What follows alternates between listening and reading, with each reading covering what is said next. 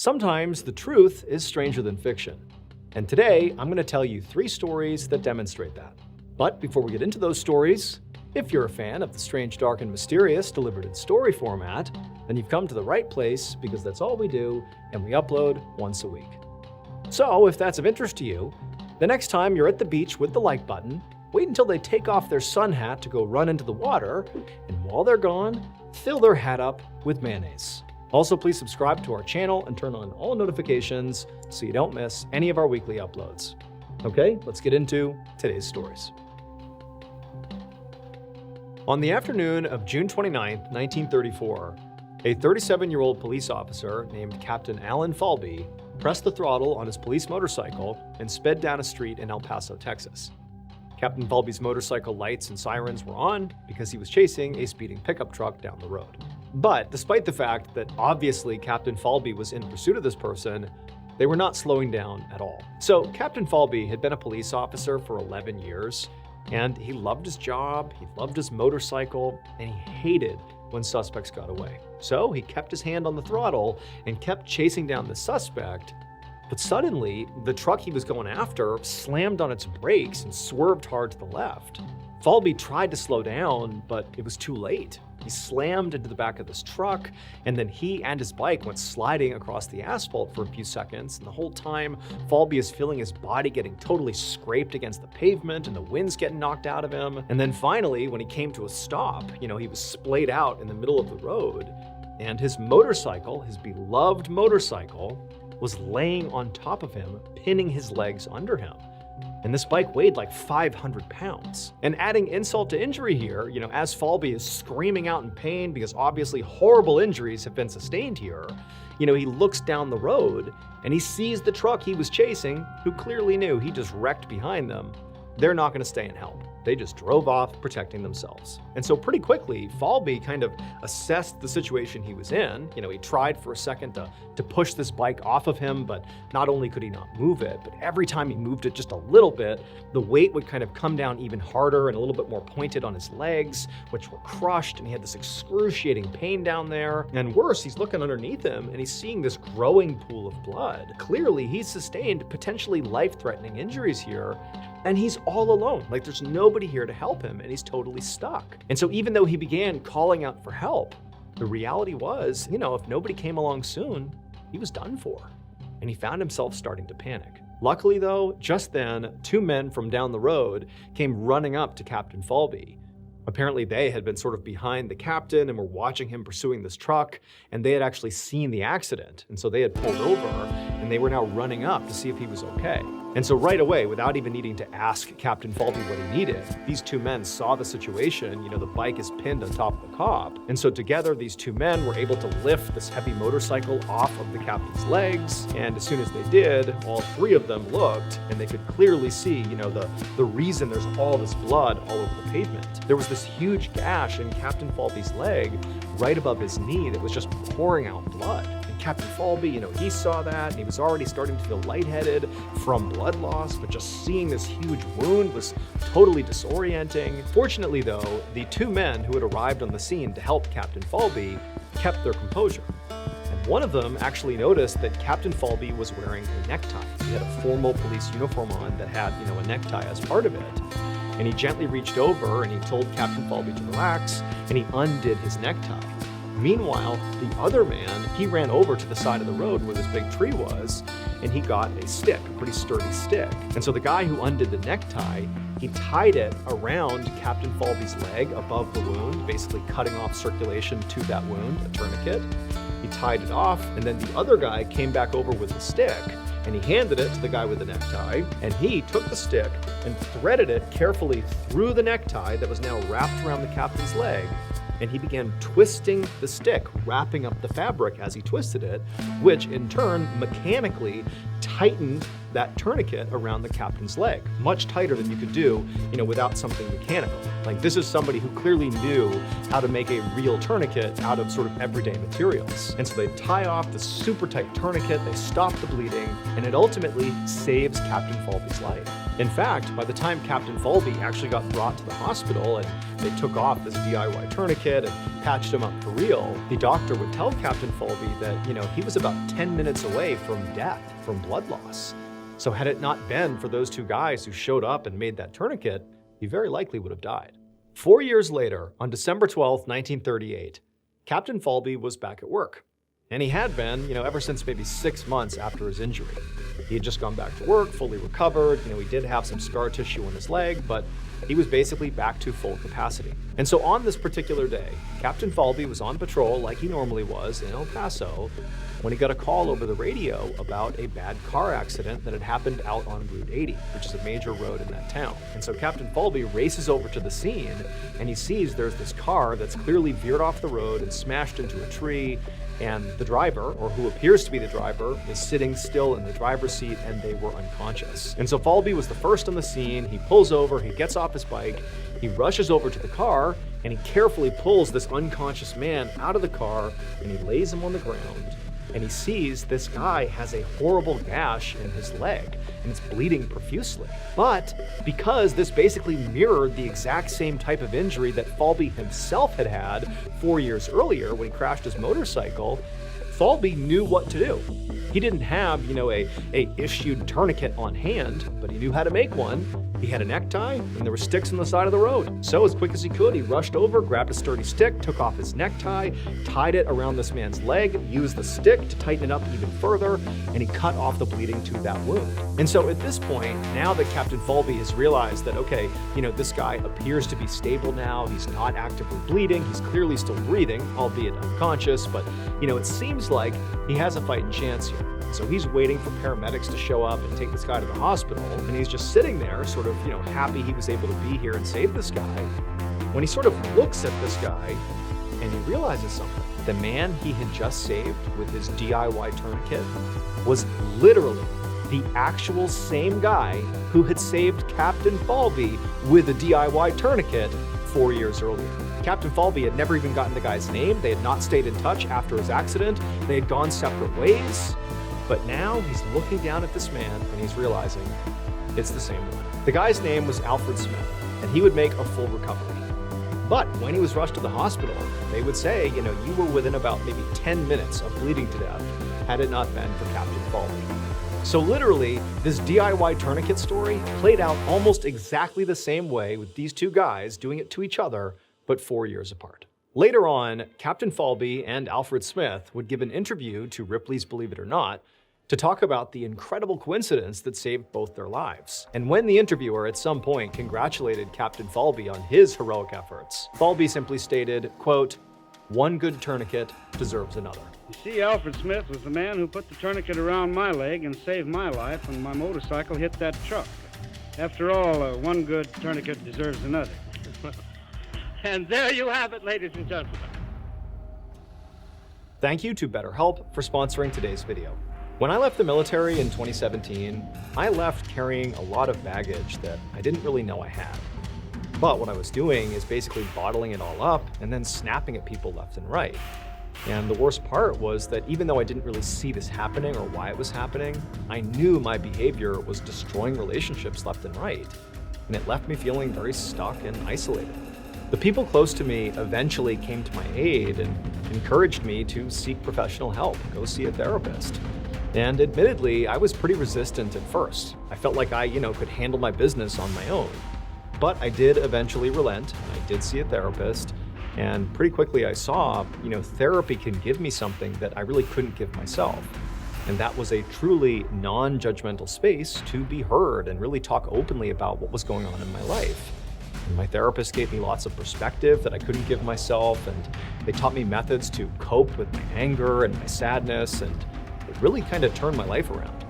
Healing is not linear, and you don't have to do it alone.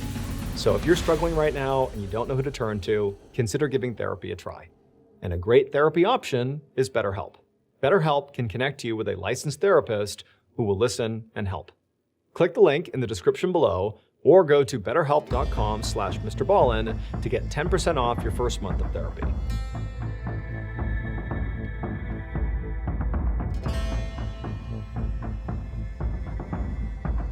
On the evening of December 16, 1984, a 24-year-old electrical engineer named Hao Ran walked through the courtyard of a pretty low-rent, seedy apartment complex in Hong Kong. He held hands with his longtime girlfriend, 23-year-old Jen Yu.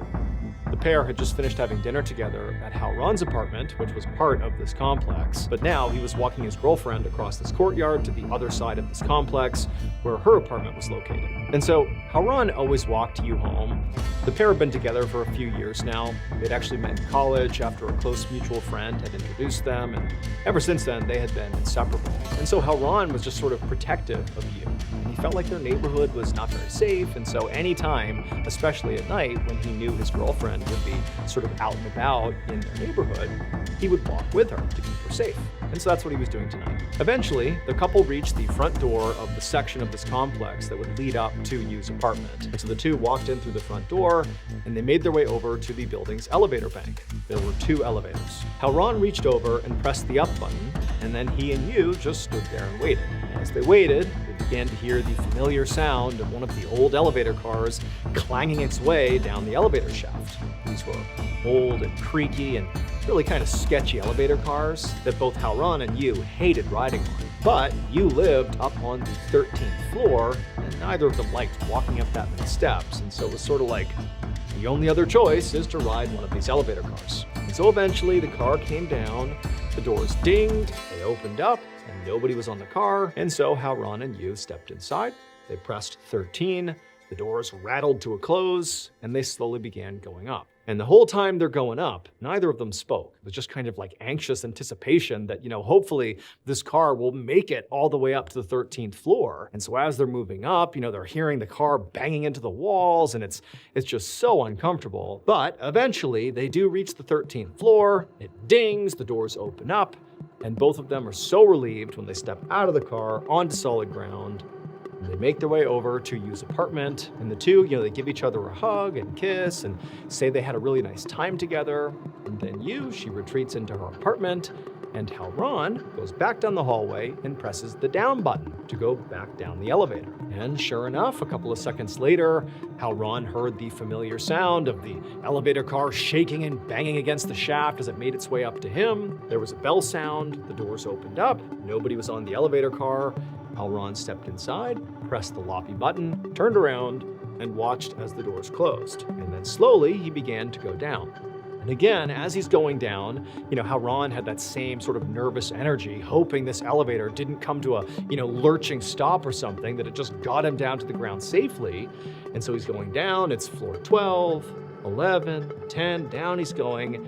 And then at floor 7, the car came to a stop. It was kind of a hard stop, not like emergency status hard, but it was a fairly hard stop at floor 7. And so Hao Ran, he's instinctively thinking, okay, well, clearly someone on the 7th floor has called the elevator, and the doors are going to open any second here, and, someone's going to get on. But as he's waiting for the doors to open to alleviate this sudden stress that, oh my God, is something wrong here? The doors don't open. And instead, the elevator suddenly lurches down another foot. It stops. But clearly, this is not normal elevator behavior. There is something wrong with this elevator. Like his worst fears are coming true. And the doors still are not opening. And so Hao Ran's looking around wondering, what's he gonna do? What can he do? He's trying to tell himself that everything's okay. Maybe the doors still will open up, but they're not. And then he begins to smell something. It was almost like a sort of chemical smell. He couldn't really place what it was, and he's sort of looking around, wondering what's going on here, and his panic is rising, like this is a bad situation, has no idea what's happening, but clearly something bad is going on here. And then this already horrible situation gets 1,000 times worse, because he looks down and he sees the floor of the inside of the elevator is now on fire. And as he's realizing the floor is on fire, and that's what he was smelling, is like this burning smell, he sees his own legs are now on fire. And so in a completely panicked, fight or flight moment, Halron remembered that most elevator cars have an escape hatch somewhere, usually on the ceiling, and he looked up and he couldn't believe it. There it was. There was this escape hatch to get out of the car. And so right away, that's what Halron began trying to do. He kind of scaled the walls of this car. He punched open this hatch and he climbed out of the elevator, out of the fire, saving his own life. And so while all this chaos was happening in the elevator shaft, Halron's girlfriend, Yu, was in her apartment looking out the window.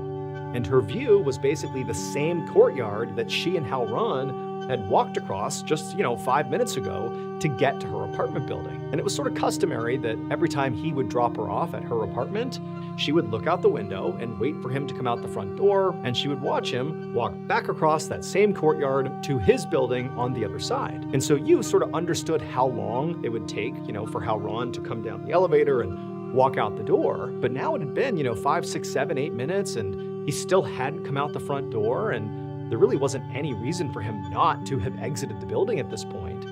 And she started to get worried. And so given the fact that Yu, much like Halron, was fearful that those old elevators in this building were eventually going to get stuck while they were on them, given she had that fear, she instinctively was like, oh my gosh, maybe he's stuck in the elevator. Like, that's why he hasn't left the building yet. And so instinctively, she left her apartment and walked down the hallway to the elevator bank, and she looked up above the doors, and it showed where the respective cars were located. And she saw that one of the cars was stuck at floor 7, and it wasn't moving up or down. It didn't matter if she pressed the button, that car would not go up or down. The other car would, but not that car. And so it convinced her that Halron has got to be trapped on that elevator car. He's stuck right there. I better call authorities. And so she did. She called the fire department and said, hey, my boyfriend, I believe he's trapped in the elevator. And so just a few minutes later, the local fire department showed up to the apartment complex, and they walked up to the 7th floor where they believed, this car was stuck. Now, they were not in some crazy, emergency mode running down the hall to open up this elevator car, because they're thinking, it's really just an inconvenience getting stuck on an elevator car. It's not like life and death. And so they just make their way up to the 7th floor by taking the stairs. And then on the 7th floor, they go over to the elevator bank where the 2 doors are to the respective elevator cars. And on the one that, shows the car is stuck on floor 7, it says the number right above the door, they use their tools to pry open the doors to see, the car right behind it. And once they pry it open, they do see the trapped elevator car, and it's not exactly where it's supposed to be. It's not sitting, right in front of the door. It's actually situated sort of below the 7th floor. They can basically only see the top of the elevator car. Like, this car has actually gotten stuck between the 7th floor and the 6th floor. But that in and of itself was not a huge thing. I mean, they could basically mechanically move this car up and down if they needed to, either up to the 7th or down to the 6th to get whoever was on the car out. What they noticed right away, though, which was the way bigger problem, is they smelled and saw smoke, and it was coming from this elevator car, the trapped car. And so the firefighters immediately go into, okay, we got to figure out where this fire is coming from.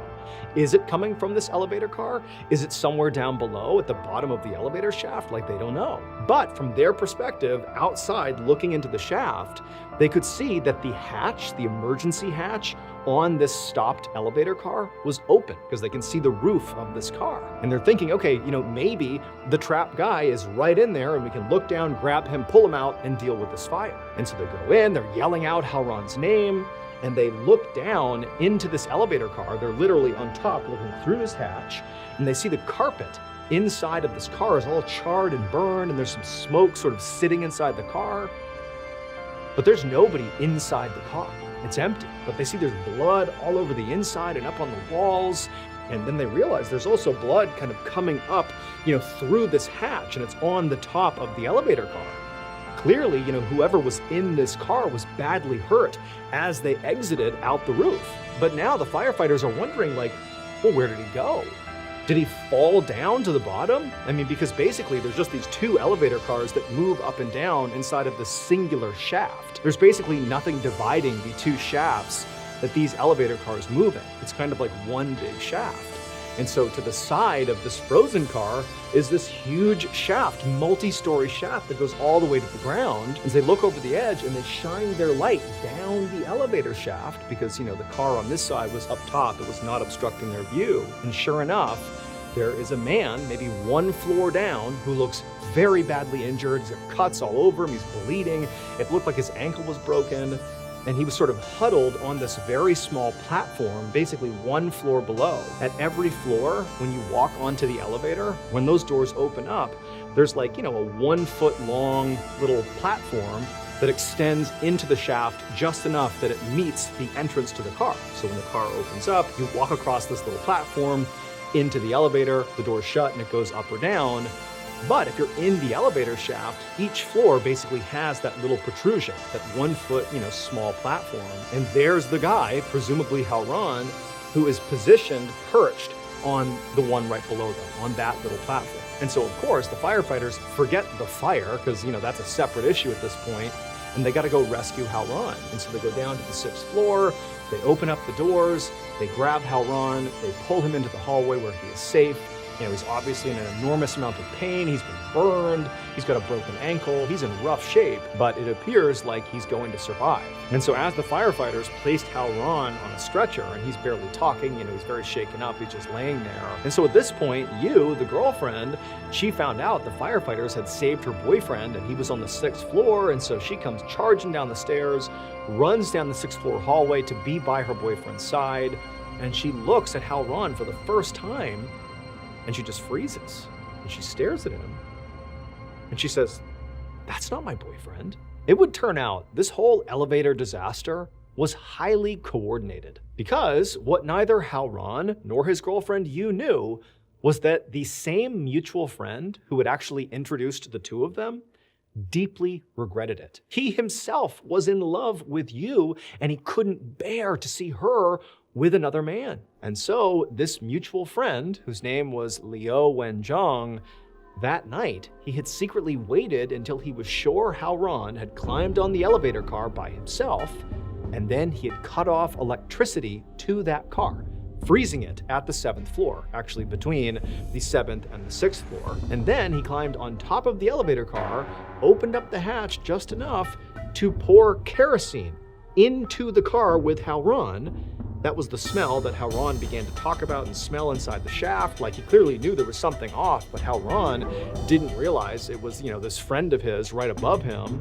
And then before Halron could even understand what was happening, Liu lit a match and threw it into the elevator car. That was what caused the big fire. But then, when Halron panicked and climbed up out of the hatch to save himself, Liu was waiting for him, and he stabbed Halron and then threw him off the roof of this elevator car, where he fell all the way down 7 floors to the bottom of the shaft, where he died. The man that was crouched on that platform, 1 floor below where this car was Liu. And basically what he did is, after murdering Halron, he leapt onto that platform from the top of this elevator car down onto that platform, sort of intentionally to hurt himself, to make it seem somehow like, he was just trying to help Halron, but then, basically fell and hurt himself too. Like, he didn't do anything wrong, but when they looked at Halron inside the shaft, he was clearly stabbed. And also they knew this fire had been started on purpose. It was clearly arson. And so once all this evidence had piled up and it was pretty obvious that Liu had done it, he did confess, and he was ultimately sentenced to life in prison.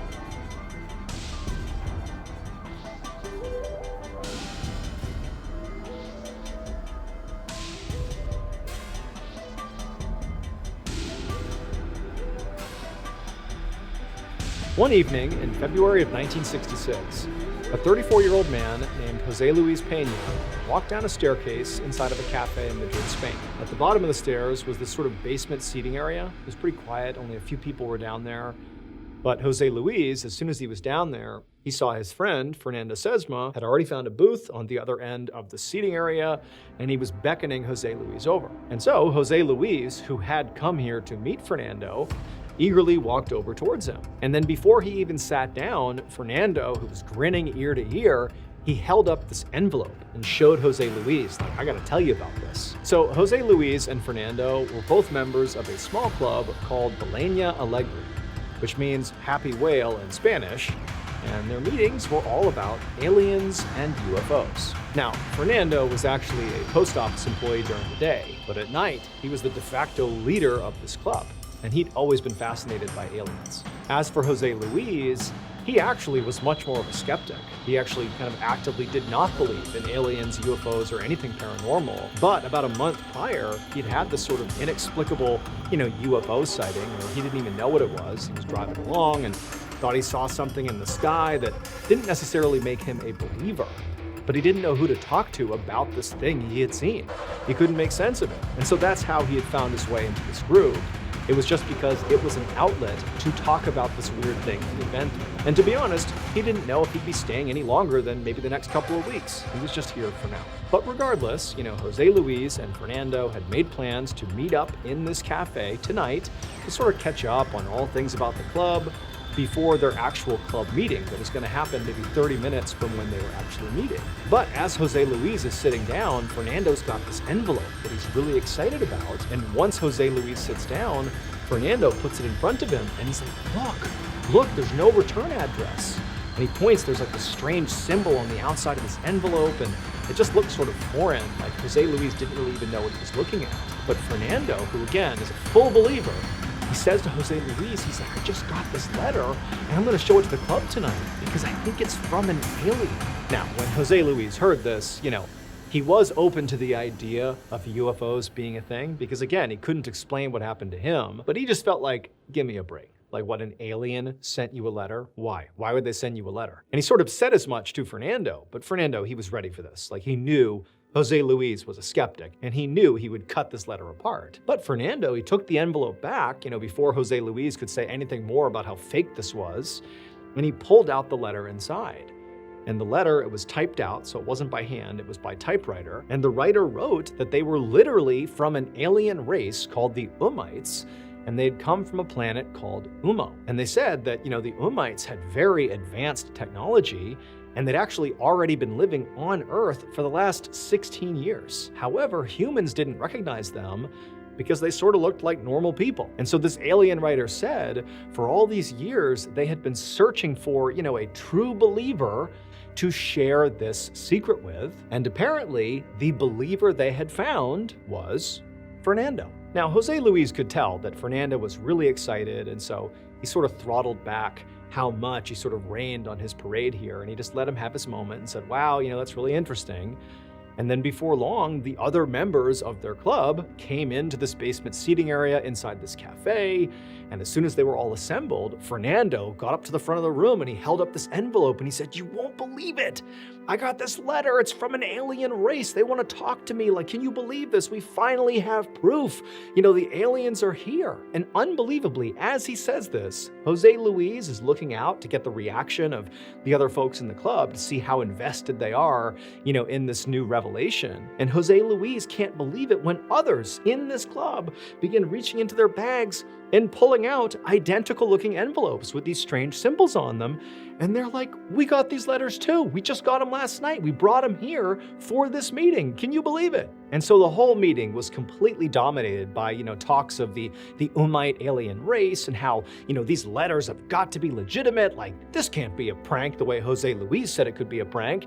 Like, this has got to be real. Who would want to prank us? We're just this little group that, investigates the paranormal. Like, why would anyone care about pranking us? And Jose Luis said to them, that's why, because you believe in the paranormal and they're playing into that. Like, you're the perfect target to be pranked. That's why this is likely happening. But pretty much the entire club disagreed with Jose Luis, and they reminded him, Fernando in particular, that he should recall the club's motto, which was to believe everything until proven otherwise. Basically, the whole group was demanding that Jose Luis keep an open mind, because this might be the exact moment most of them were all waiting for. A little over a year later, in June of 1967, and Jose Luis was back inside of that basement seating area of that cafe in Madrid, Spain. To this point, Jose Luis had continued attending these meetings of the Balena Alegre. He had thought about leaving a couple of times, especially as this whole Umite fervor had really took hold inside the club. He just He didn't buy it, but he had stuck it out and continued attending meetings. But on this particular day, he was here for a very specific reason. It was because he had seen an article in the local newspaper that he knew the club would be really eager to see. So at this point, Fernando actually was writing a weekly column in the newspaper about the Umites, because shortly after getting that first letter and all the other members of the club getting those letters, he had written to the news, they had been really interested, and asked for weekly updates. And sure enough, over the past year, the club continued receiving these letters, Fernando included, from the Umites, whoever they were, and he would write these update columns. And really by this point, a year later, that column had become really popular in Madrid. And so people of Madrid were pretty invested in the Umites and, whatever was happening with them. And also adding to the intrigue was these letters were no longer just arriving on the doorsteps of Baffling Allegri members. They were arriving in front of random people's homes all over Madrid. Like random people were being contacted by, this alien race. Now, Jose Luis still very much believed that there is no way this could be real. Like this can't actually be aliens. But the Umites had basically become the only conversation topic in the club every time they met. Like it was all they ever talked about. And it increasingly felt like it was a lot of what Madrid talked about. I mean, this was a big deal at the time. But today, the reason Jose Luis had brought the newspaper to bring to the group was actually because, they had published something that even to Jose Luis was pretty unbelievable. It wasn't an article that Fernando had published. It was not, another recounting of another letter showing up. It was actually, this newspaper themselves covering what appeared to be a local UFO sighting. And apparently somebody had captured a photo of this, presumed UFO, and that photo had been published in the news. And wouldn't you know, on the outside of this alien craft was that same strange symbol that adorned the front of all the Umite letters that Fernando and the club members and all people of Madrid were getting from these Umites. It was the same symbol. And so it sort of felt like for the first time, it was not just, letters that could be fabricated and sent to the masses. It was like this vehicle that had shown up in Madrid that had that same symbol, like it had to be the Umites. Also, remember, it's 1967. And so faking photographs was very hard to do, at least, making something look convincing. And so that's why Jose Luis, he had brought this newspaper in to show the other members of this club to be like, you know what, I gotta say, this is pretty unbelievable. And, the reaction from the club was equally amazed. They had all already seen this photo. I mean, they are completely locked in on all things Umites. And so this photo was sort of like the centerpiece of that day's discussion. And Jose Luis found himself sort of admitting that, this is pretty unbelievable and I don't know what to make of it. But by the end of the meeting, Jose Luis still cautioned the group, like, look, I know this looks so real and it feels so real. I mean, I'm bringing this to you. I think this is pretty unbelievable. But there's just gotta be an angle here. Somebody has to be faking this. Like there isn't a way that some alien species is doing this. This just doesn't feel real to me. But at this point, it was like everybody shut him down. They're like, hey, you brought this to us today. You're the one saying this is hard to deny. Like this makes it feel real. And so at this point, forget your dissenting opinion. What we need to do as a group is take the news of the Umites and this photograph and all the letters and not just show it to the rest of Spain, but we need to show it to the whole world. And so sure enough, after that, Fernando began going on TV and insisting the Umites were real, which actually did cause mass panic across all of Spain. People couldn't explain the thousands of letters and that UFO photo, and so belief in the Umites really caught on. And while Fernando and seemingly the entire general public of Spain became increasingly radicalized, Jose Luis grew more isolated from his friends in Baffling Allegri. And soon he quit attending meetings altogether. And then shortly after that, he began going on TV, but not to advocate for the belief in the Umites, but the opposite, to say stop believing in this. There's no way this is real. But nobody really listened to him. The Umite story had really taken on a life of its own, and it was sort of beginning to spin out of control. A few years after the Umite letters began showing up and making headlines, two men had lied down on railroad tracks and basically taken their own lives by letting the train run them over. And police actually found notes in these men's pockets that just said, "The aliens call us."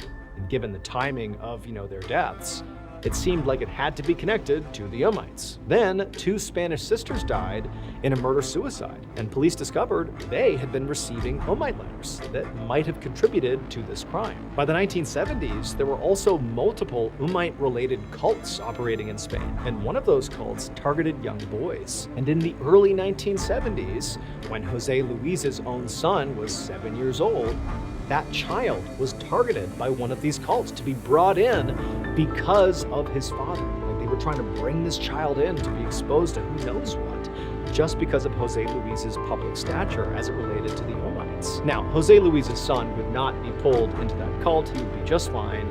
But for Jose Luis, this was pretty eye-opening and terrifying.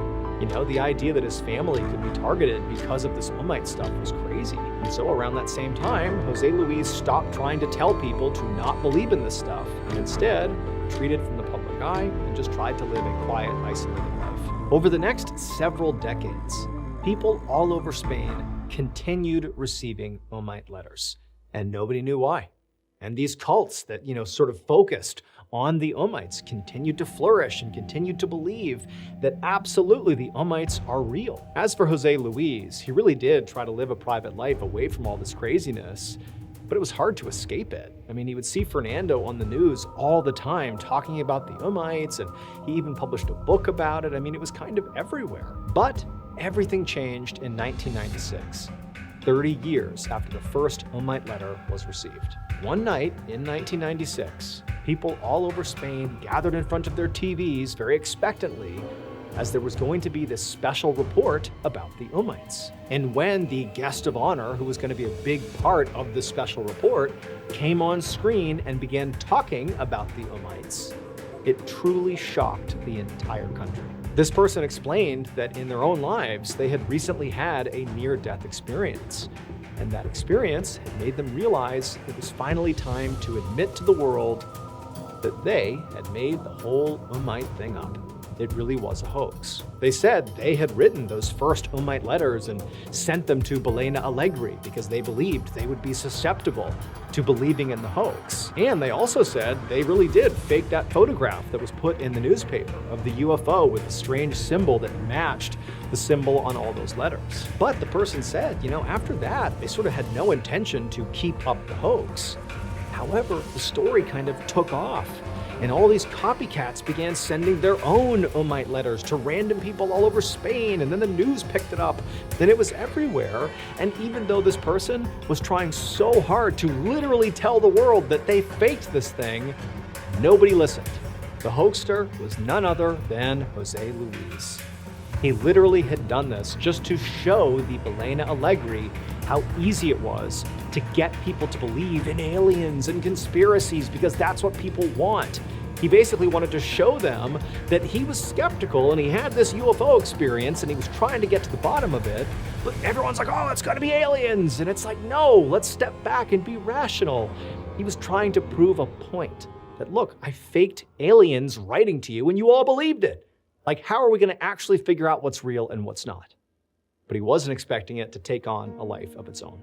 However, Jose Luis's confession never actually reached Fernando, because Fernando died years before Jose Luis admitted this really was a hoax.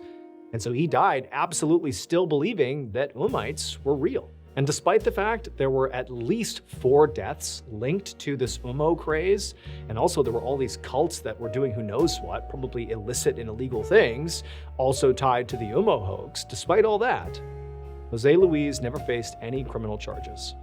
He died in 2014.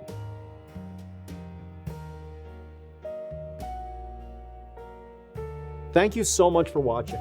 Let me know what you thought of today's episode in the comments. And remember, we have hundreds of videos for you to binge right now. But if you're looking for a recommendation from me of that one video that's worth your time, well, it's this one right here. So give it a watch. All right, until next time, see ya. Hey guys, today we have a really special video for you. So if you haven't already heard, we just released our second graphic novel, Where Nightmares Live, and it's available wherever books or audiobooks are sold. And what better way to get you guys a little sneak peek of this incredible piece of art than to tell you one of the new stories that is in this book. Again, our second graphic novel, Where Nightmares Live, is out right now wherever books are sold, so grab your copy today and follow along. And remember, your nightmares are waiting. We've covered lots of bizarre stories on this channel, but I can say with confidence that today's story is easily one of the weirdest. In fact, it could even be the most weird, because you'll get to the end of the story and hear what happens, the big reveal, and you're going to be like, wait, what happened? So buckle up, it's a good one. But before we get into today's story, if you're a fan of the strange, dark, and mysterious delivered in story format, then you've come to the right place, because that's all we do, and we upload once a week. So if that's of interest to you, please offer to clean the like button's house, but instead of cleaning it, just go ahead and bring a wrecking crew to their property and level it. Also, please subscribe to our channel and turn on all notifications so you don't miss any of our weekly uploads. Okay, let's get into today's story. On the afternoon of January 5th, 1909, a 56-year-old reverend named John Carmichael kissed his wife and kids goodbye and then stepped out of his cottage into the cold and wrapped his cloak around his black suit, and then he hopped on his horse and he galloped out onto the road. Reverend Carmichael lived in a rural part of Michigan, and on this day, he was making his way to another town about 9 miles away called Columbus, where he was going to host this big religious revival. Basically, he was going to hold this big sermon and try to get new people to join his church. And so as the Reverend galloped his way down the road, he saw all these kids outside having snowball fights and making snowmen, and it was just really nice. But also, in virtue of being the Reverend, basically everybody in town knew him, and so either the kids wanted to say hi to him or their parents did. And so as the Reverend is really just trying to hustle his way to Columbus, he kept having to stop over and over again to have small talk and play nice. But after about 30 minutes, he had reached a point in the journey where all the houses were kind of behind him, and he had this kind of nice, quiet stretch where he knew he wouldn't be bothered by anybody. He had made this journey many times to Columbus, and he always looked forward to this stretch of the road. It was just very peaceful and gave him a chance to kind of just be left with his own thoughts and think about his upcoming sermon and what he wanted to say. And so as the Reverend was having this sort of peaceful time trotting his way down the snowy road, he heard the sound of hooves fast approaching him. And so the Reverend turned around and he saw there was this very rough-looking guy wearing this brown stained shirt with a long overcoat over it. And the guy's hair was slicked back and greasy, and he had this big weird grin on his face, and he was waving wildly at the Reverend, obviously trying to flag him down. Now, inside, the Reverend did not want to talk to this guy because he knew who this guy was.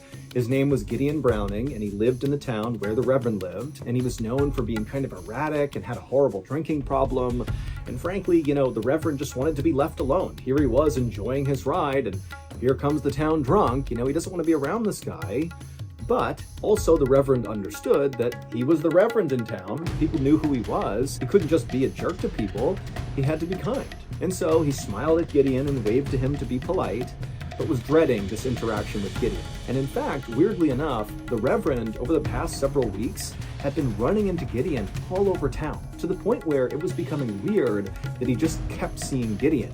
And every time he interacted with Gideon, it was just awful, because Gideon was just totally an unpleasant person. But here he was, once again, having to have yet another interaction with Gideon. And as soon as Gideon came right up alongside the Reverend, his first question was, "Hey, Reverend, can I ride with you?" And the Reverend, again, is like, "My goodness, I don't want to do this right now." But he was like, "Of course we can ride together." And pretty much immediately, the Reverend regretted this decision, because Gideon would just not shut up. He just talked the entire time they were supposed to be in this peaceful part of the Reverend's journey. But not only that, the questions Gideon was asking Reverend the whole time they were riding together were sort of invasive. Gideon wanted to know exactly where the Reverend was going and what he was doing there, and how many churches did the Reverend own, and just all these personal questions. And sort of against his better judgment, the Reverend was being truthful with Gideon. He told Gideon that he was going to Columbus to have this big revival, and he also told Gideon about one of the churches that he owned in a town called Rattle Run. And as the Reverend was again kind of giving up this information that he kind of wished he wasn't, he noticed Gideon began doing something strange. As Gideon was galloping along, keeping a fixed gaze on the Reverend, Gideon reached into his pocket and pulled out a silver coin and began flipping the coin into the air and catching it, and flipping it and catching it over and over and over again, never affecting his riding. I mean, it was like Gideon wasn't even aware he was flicking this coin. And the Reverend, he's kind of watching Gideon do this, and it was sort of impressive. Like Gideon was just able to flick this coin over and over and never drop it and just keep on stride. But more than just being impressed with Gideon's hand-eye coordination, the Reverend began to notice that he really liked what Gideon was doing with this coin. It was kind of soothing in a way. Not so much the actual coin flipping in the air, but the sound it was making, the sound of it spinning in the air and slapping into his palm over and over again, it just kind of put the Reverend at ease, and he didn't know why. And so after a while, the Reverend just kind of stopped answering Gideon's questions and just kind of stared at the coin and listened to that sound, and he just felt himself drift into this weird, relaxed state, almost like he felt asleep. And so as this weird thing is going on with this coin, the two men eventually reach this crossroads where there's a general store, and at this point, Gideon catches his coin, puts it back in his pocket, and the two men, they come to a stop at this general store, even though the Reverend did not want to go to this general store. He just kind of followed Gideon up to the hitching post. They both got off their horses, they tied their horses to the post, and again, the Reverend's thinking, I can't stop here, I gotta go to Columbus, I gotta get to this revival. But Gideon just turns to the Reverend and says, hey, we gotta make a stop here, we need to get something. And the Reverend found himself saying, okay, what are we gonna get? And the Reverend's thinking, what am I saying? I don't wanna do this, I don't wanna stop here, I gotta go. But he just stood there, just waiting for Gideon to tell him what they were going to buy. And Gideon, who had that big grin on his face again, he said, well, actually, I'm not gonna go into the store, you are. You're gonna go in there, you're gonna buy me a new hatchet, and you're gonna bring it out here and give it to me. And now everything about this was totally weird to the Reverend. He did not feel like this was a normal request, nor did he want to go in the store. He wanted to leave. But for some reason, he just said, okay. And he turned and shuffled in the store, found a new hatchet, paid for it with his own money, walked outside, handed it over to Gideon, and then at this point, the Reverend just wanted to get on his horse and get away from Gideon. But the second the Reverend got back on his horse to do that, Gideon hopped on his horse and said, hold on a minute, Reverend, we're not done yet. Now we're gonna go to your church and Rattle Run, because I'm getting married soon and I'm thinking about maybe getting married in your church, and I wanna scope it out. And so the Reverend at this, who again, just wants to go to Columbus, he doesn't wanna be around Gideon at all, but for some reason he just said, okay, yeah, we'll go to my church and Rattle Run. And so at this point, Gideon pulled out his coin and started flipping it again and again, and the two men rode side by side in the direction of Rattle Run. And the whole time, the Reverend's thinking, what am I doing? Why are we doing this? And also, in addition to just brain fog and confusion, the Reverend also realized that Gideon was clearly lying to him because he knew Gideon was married. So what's he talking about needing to scope out his church to see about potentially getting married there? That didn't make sense. Like, why was Gideon actually wanting to go to his church? The Reverend didn't know, but he was really starting to feel scared. But again, he just couldn't stop agreeing to the things Gideon wanted to do. So the two men galloped their way to Rattle Run. The whole time Gideon's flipping that coin and staring at the Reverend, and the Reverend's just totally transfixed on the coin. And then they get to the church. Gideon puts the coin in his pocket. The two men hitch their horses to the post outside. They go up to the front door. The Reverend unlocks it. They go inside. And sort of automatically, the Reverend walked to the back of the church and he lit the stove. And then as he was walking back towards the front, where Gideon was still standing right in front of the doorway, Gideon suddenly told the Reverend to stop where he was. And so the Reverend stopped in the middle of the church, and he's just looking at Gideon, who's got that coin back out, and he's flipping it up and down again. And at this point, the Reverend just looks at Gideon and says, well, do you want to look around? And Gideon, who's flipping that coin up and down, just says, no, I don't need to look around. There is no wedding. Hey, Reverend, go ahead and lift up your left arm. And at this point, the Reverend is terrified, he's confused, and his left arm just suddenly raised up into the air. He had no control over it. And then a second later, Gideon says, hey, go ahead and raise your other arm. And so the Reverend, who's still got his left arm out to one side, felt his right arm come up to the other side. And so at this point, the Reverend's just standing there with his arms out to the side, and it was at this point that the Reverend understood what was going on. Clearly, Gideon had hypnotized him. That could be the only explanation for what was going on here. But before the Reverend could say or do anything about how totally weird the situation was, Gideon, who was flipping that coin and had a big grin on his face the whole time he was making the Reverend raise his arms up, suddenly Gideon's face completely changed, and he became deadly serious, and he was staring at the Reverend, and then he dropped the coin to the ground and began moving towards the Reverend. The following day, around noon, the caretaker for Reverend Carmichael's Rattle Run Church made his way to that church to check in on the building. He knew Reverend Carmichael was going to be in Columbus for a few days, and so he just wanted to make sure, nothing was out of the ordinary. And as this caretaker galloped up to this small white steepled church, he noticed right away there was a column of smoke coming up out of the chimney. Clearly there was a fire lit inside of the church, and the caretaker's thinking, that doesn't make any sense. The Reverend is not supposed to be here, so who could possibly be in the church right now? And then after the caretaker got up to the front door, he was about to put his key in the lock when he discovered the door was already unlocked. And so instinctively, he put his hand on his pistol on his hip, and then he grabbed the handle and he flung the door open. And when he looked inside the church, he just froze, because the entire interior of the church was drenched in blood. There was blood on the pews, the walls, on the altar, and then also amongst all this blood, the caretaker also noticed there were little pieces of ripped up fabric all over the place, and he saw one of them had a unique button sewn into it, a button he recognized as belonging on Reverend Carmichael's suit.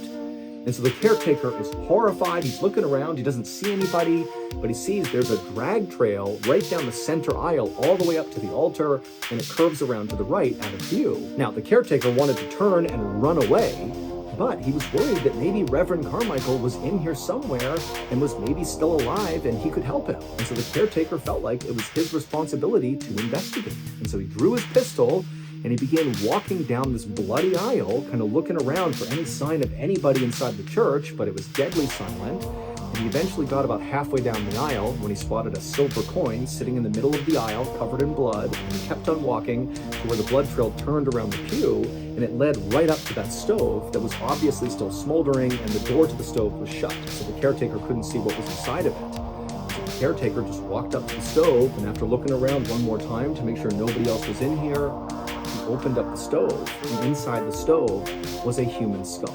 News of Reverend Carmichael's horrific murder very quickly spread all around town and beyond just that town. I mean, this was all over the place. And within 24 hours, there was this huge police investigation that was launched to try to figure out who killed him. And very quickly, the police in Rattle Run spoke to the sheriff of the town where the Reverend lived, and they learned that on the same day that Reverend Carmichael had left to go to Columbus and then obviously was killed inside of his church, well, on that same day, a man named Gideon Browning had this really big blow-up public fight in town, same town as Reverend Carmichael, with his brother-in-law.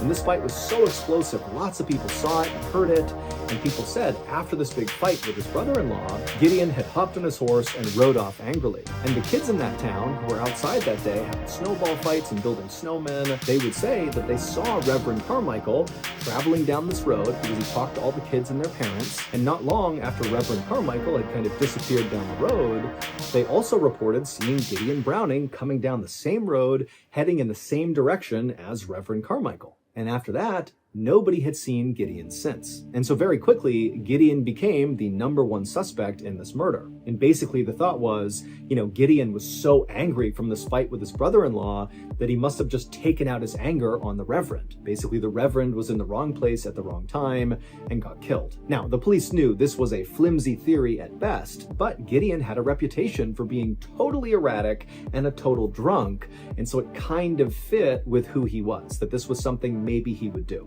And so within 24 hours of the murder, there was this huge multi-statewide manhunt for Gideon. 3 days later, and 500 miles away from the town of Rattle Run, in a city in Illinois, a man opened the door to a boarding house and stepped inside. And the owner of the boarding house, her name was Miranda Hughes, she was sitting behind the front desk, and when she looked up and saw this man, she had to stifle a gasp, because this man looked absolutely horrible. He was wearing this really dark stained brown shirt with a long overcoat over it. He was shivering and skinny and pale and just looked like he was about to die, basically. But the man just walked up to her and said his name was John Elder and he wanted to rent a room.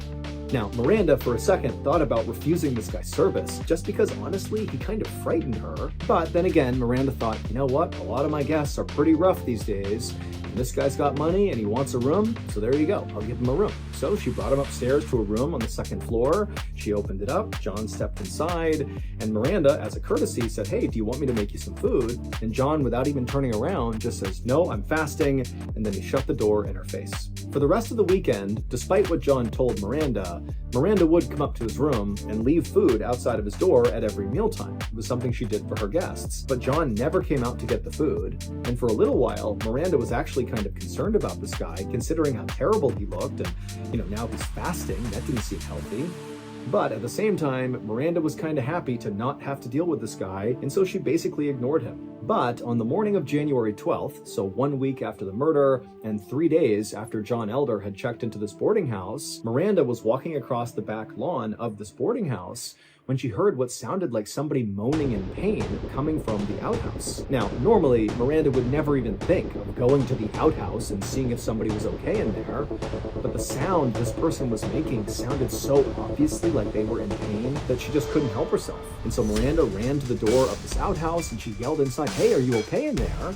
And the only sound she heard coming out was more moaning and whimpering. And so, acting on a gut instinct, Miranda grabbed the door and flung it open, and what she saw made her scream.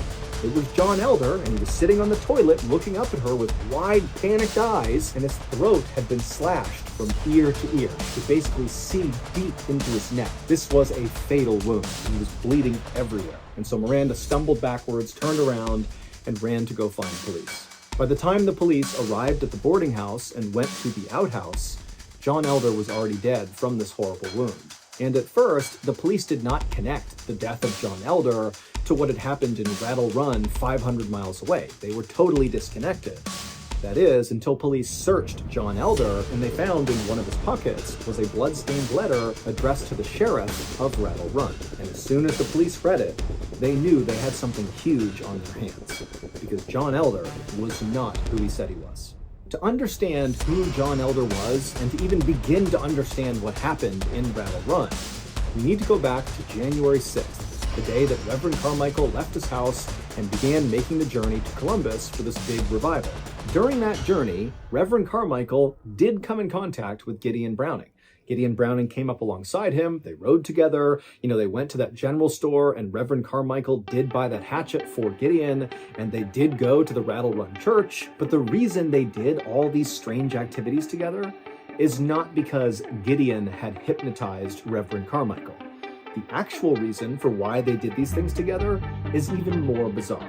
In the weeks leading up to that fateful day, January 6th, Reverend Carmichael was running into Gideon Browning all the time, all over town. It was like everywhere the Reverend went, there was Gideon. And then on January 6th, when the Reverend is making his way down the road, and he turns and sees Gideon Browning coming up alongside him, he's like, oh my goodness, it's happening again. But the way the Reverend handled this was not to say, wow, what a strange coincidence, I keep running into this guy everywhere I go. Instead, the Reverend believed that Gideon must have some sort of special power, that he's able to know where I am at all times, and he's using that power to try to intimidate me by spying on me. And so on January 6th, when Gideon came galloping up alongside of the Reverend's already completely paranoid and on edge about Gideon, fearing this guy has magical powers, basically. And then when Gideon pulled out that coin and began flipping it into the air, which apparently was just something he did, the Reverend took that as, oh my goodness, in addition to having magical powers to always know where I am, Gideon also has the power of hypnosis. And that coin that I can't take my eyes off, that sounds so incredible, and it's soothing me, well, that is hypnotizing me. Gideon is now controlling me and my thoughts and my body. And so at this point, the Reverend actually believed he was hypnotized, and so he just kind of began going along with anything Gideon wanted. And so it's assumed that Gideon did want to stop at the general store and just kind of said, hey, do you want to stop at the general store? And the Reverend's like, yes, I'll stop at the general store. And then maybe Gideon asked the Reverend, hey, do you mind buying me a new hatchet? And the Reverend's like, yes, I'll buy you a new hatchet. And he goes in, gets the hatchet, comes back out. And then apparently, Gideon said, hey, I want to go check out your church in Rattle Run. And the Reverend was like, yeah, okay, let's go check it out. And then when they got to the church, at some point, the Reverend just went to the middle of the church and put his arms out to either side like he was Jesus Christ nailed to the cross, even though, Gideon had not made him do that. This is the Reverend, caught up in his own delusion. As he's standing there like this, Gideon, who's flipping the coin, fumbles it and it falls to the ground. And the Reverend, who believes that coin has full control over what he's doing, he thought, oh my gosh, the spell is now broken. I need to save myself. And so the Reverend ran and grabbed that hatchet, and he forced Gideon to take off all his clothes, and then he made Gideon hand the clothes over, and once the Reverend had those clothes, he hacked Gideon to pieces and then burned his body in that stove. And then after this horrific murder, the Reverend took his own suit and basically ripped it off and shredded it to bits and then kind of threw it all around the church to make it seem like he had been the one who was killed and that was his skull inside of the stove. And then he put on all of Gideon Browning's clothes, the brown dirty shirt and the long coat, and then he traveled 500 miles to Miranda Hughes's boarding house, where he went inside and booked a room under the pseudonym John Elder. And while the Reverend was hiding out inside of this boarding house, the police in Rattle Run very quickly figured out that the body inside of the church, the skull inside of the stove, and the remains that were in there did not belong to Reverend Carmichael. They belonged to Gideon Browning. And so immediately it went from, Gideon Browning must have done it to no, Reverend Carmichael is the killer and he killed Gideon. But before they could track the Reverend down, Reverend Carmichael, aka John Elder, had gone into that outhouse and slit his own throat. However, when the police searched John Elder's body, so Reverend Carmichael's body, they would find that blood-stained letter addressed to the sheriff in Rattle Run, and basically it was a confession. Now granted, it was the confession of Reverend Carmichael, who genuinely believed Gideon had hypnotized him and had all these special powers, and he basically was acting in self-defense, but nonetheless, it was still a confession to murder. Now, of course, there's lots of details in this story that we can't be totally sure of. Like, we don't really know what the discussions were like between Reverend Carmichael and Gideon Browning when they met on that road and then eventually made their way to the church and the murder happened. This is basically just the best theory around what happened. Also, it's worth noting that there was a history of mental illness in Reverend Carmichael's family, but this story happened at a time when nobody took mental health seriously, and so it's very unlikely that even if authorities had known about that this crime could have been prevented.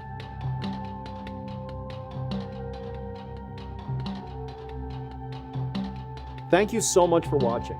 Let me know what you thought of today's episode in the comments.